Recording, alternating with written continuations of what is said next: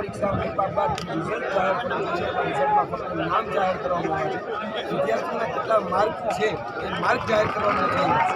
જે લિસ્ટ મૂકવામાં આવ્યું છે 6500 લિસ્ટ મૂકવામાં આવ્યું છે. જેમાં વિદ્યાર્થીનો સીટ નંબર અને વિદ્યાર્થીનું નામ બે જ છે.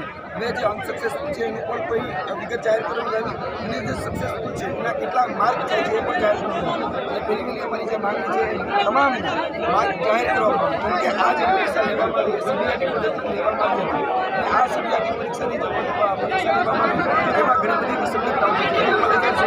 કરવામાં આવી એને કારણે ઘણાના માર્ક વધી ગયા છે, ઘણાના માર્ક ઘટી ગયા છે. તો વધેલા કે ઘટેલા એ બધા જ માર્ક જાહેર કરવામાં આવે. પહેલી અમારી માંગણી આ છે.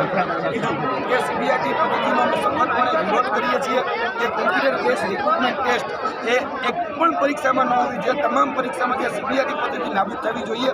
અને તેની સાથે સાથે અત્યારે જ્યારે ફોરેસ્ટમાં રહીને ભવનમાં ગયા ત્યારે અમને જાણવા મળ્યું કે 60% જેવી જગ્યાઓ હજી પણ ખાલી છે. તો ફોરેસ્ટ વિભાગમાં અત્યારે વધારે જગ્યાઓનો સમાવેશ કરી શકાય છે. તો 823ની જગ્યાએ 1200 કે 1500 જગ્યાઓનો સમાવેશ કરવામાં આવે એ ત્રણ માંગણીઓ સાથે અમે ભેગા થયા છે. જે રીતે કહી શકાય કે આદરણીય હસમુખભાઈ પટેલ અત્યાર સુધી આનો જવાબ આપી રહ્યા હતા, પરંતુ છેલ્લા 2 દિવસથી એને પોતાનું જે સોશિયલ મીડિયા એકાઉન્ટ છે ટ્વિટર એ એક્સ પણ ડિલીટ કરી નાખ્યું છે.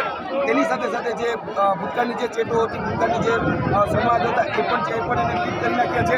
એટલે હવે અમને કશું કંઈક દાળમાં કાળું લાગી રહ્યું છે. ખબર નથી પડતી દાળ કાઢી છે કે દાળમાં કશું કંઈક કાળું છે. એટલે કંઈક ને કંઈક છુપાવવામાં આવી રહ્યું છે. જાણી જોઈને અમને અમારા માર્ક જાહેર કરવા નથી હોતા. નીટ જેવી પરીક્ષામાં જો માર્ક જાહેર થઈ શકતા હોય, વિથ સેન્ટર જાહેર થઈ શકતા હોય તો અમારી ફોરેસ્ટ વિભાગની વનરક્ષકની ભરતીમાં શા માટે માર્ક જાહેર નહીં એ મારો પ્રશ્ન છે.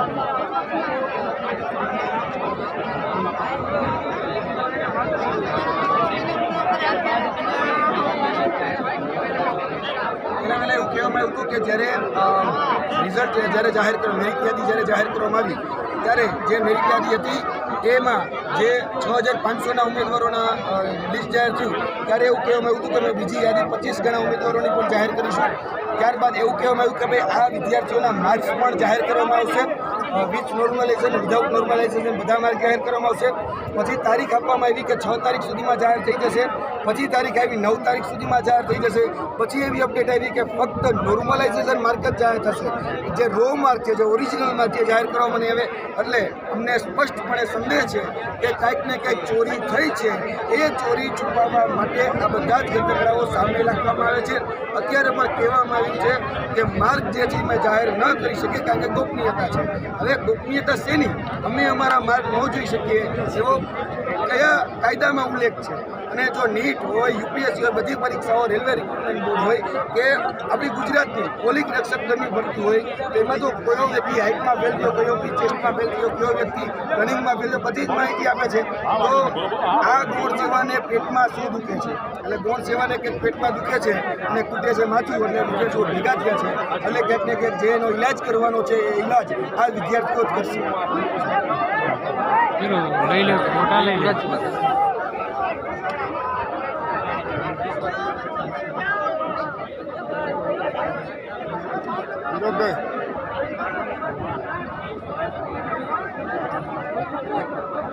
अच्छा